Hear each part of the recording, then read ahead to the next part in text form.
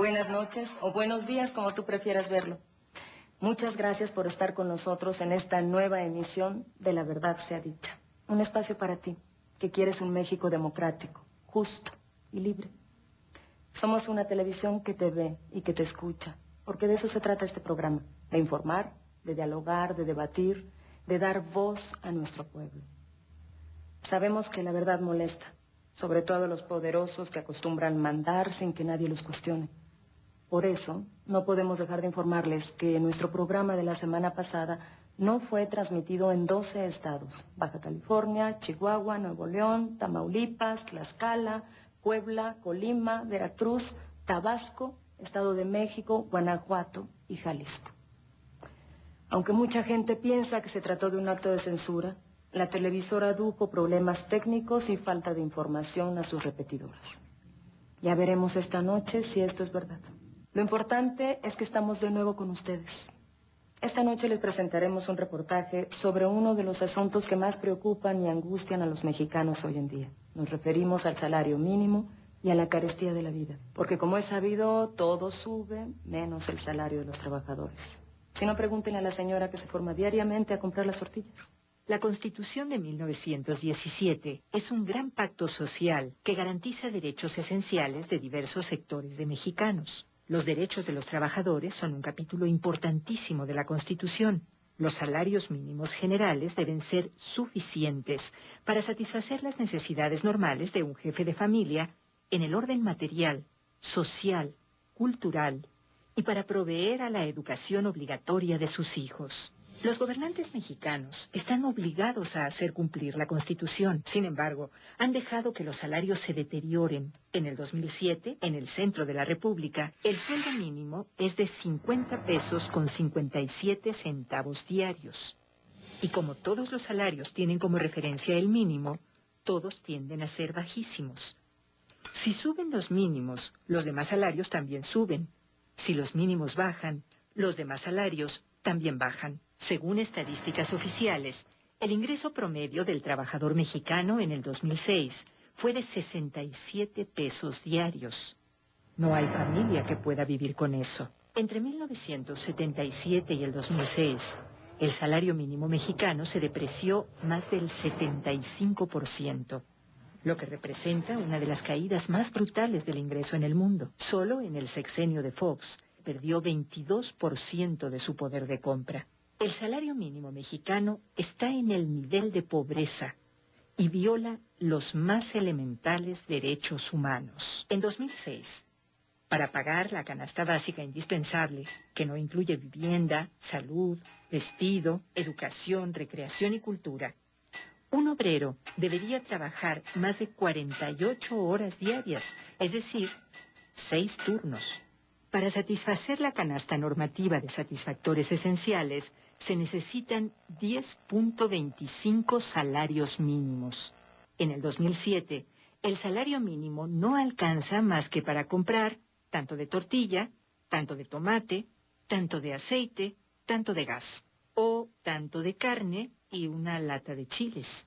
Hace 21 años, con el dinero de un salario mínimo diario, se podían pagar 27 kilos de tortillas, mientras que en el 2007 solo se pueden pagar 5 kilos. Para regresar al nivel salarial de 1977, que ya era bajo, se necesitaría que el salario subiera hoy a más de 190 pesos.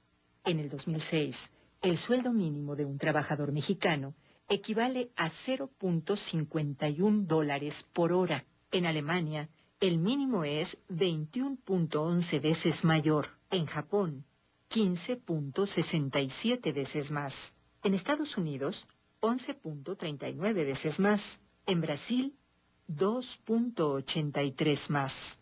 La realidad, según cifras oficiales, es que en México 1 de cada 3 trabajadores percibe un salario mínimo. Millones ganan 2 salarios mínimos y tampoco les alcanza para vivir. En los últimos 25 años, la política económica neoliberal prácticamente ha avasallado las condiciones generales de los trabajadores. Han dicho que para poder sacar adelante al país hay que aceptar los incrementos no superiores arriba de la inflación. Nos han tratado de decir que la lucha de clases ya no existe, que tenemos que ver al patrón como si fuera nuestro amigo y que hay que contribuir con él para que siga incrementando su riqueza con la explotación de la clase trabajadora. Durante la campaña presidencial de Salinas, con el pretexto de parar la inflación, el gobierno lanza el Pacto de Solidaridad, que consiste en liberar los precios y congelar los salarios. Es el peor golpe de la historia moderna contra las clases populares y los salarios. Esta frase común en la que se afirma que estamos en el mismo barco no es cierto. Esto lo escuchamos, pero a la hora de las ganancias se la reparten a algunos y a otros, muchos más, les tocan las peores, consecuencias, que es la condición de los trabajadores. A todos un incremento reducido por igual y finalmente una pérdida de calidad de vida. Lo cierto es que en la carrera contra la inflación, los asalariados han hecho todos los sacrificios, mientras que los empresarios se han llevado todo el oro. Cada vez más hay una sobreexplotación de la fuerza de trabajo de los mexicanos en beneficio de los patrones. Son los únicos que ganan en este país.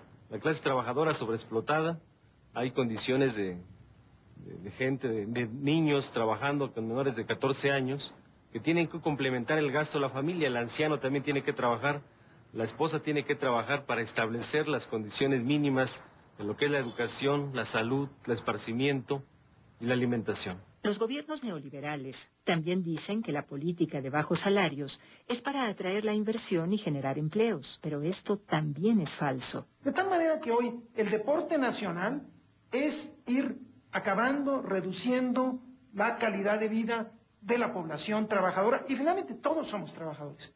Con o sin trabajo, 50 millones de mexicanos se encuentran debajo del límite de la pobreza. 30 millones viven con 30 pesos diarios. 10 millones sobreviven con 22 pesos diarios. Otros 10 millones sobreviven con apenas 12 pesos. Pero con esos salarios nadie puede vivir. Y sabemos que detrás de esa política salarial está una decisión política, porque no es un producto que cayó del cielo, tampoco es un producto natural de la economía. Es una decisión de gobierno, es un pacto entre el gobierno y los empresarios. El presidente Calderón se bajó el sueldo a tan solo 152,467 pesos y sigue siendo uno de los presidentes mejor pagados del mundo. Además, tiene gastos de comunicación, vestuarios y demás por más de 500,000 pesos diarios. Un secretario de Estado cualquiera gana alrededor de 200,000 al mes, más prestaciones millonarias. El salario del presidente de la Suprema Corte, Mariano Azuela, era de 152,142 pesos mensuales, pero sus ingresos netos alcanzan cuando menos 514,992 pesos. El funcionario mejor pagado es el presidente del Tribunal Electoral del Poder Judicial de la Federación, 4.5 millones de pesos anuales. Las mismas instituciones internacionales, el Fondo Monetario Internacional, el Banco Mundial, empiezan a hablar al oído de los mexicanos, de los gobernantes en México, diciendo hay que cambiar el modelo, los niveles de desigualdad están llegando a niveles extremos. Esto puede provocar rebeliones, puede provocar una respuesta social que va a impactar al país. En menos de 20 años, México se ha convertido en uno de los países con más multimillonarios. Es uno de los países con más desigualdad en el mundo.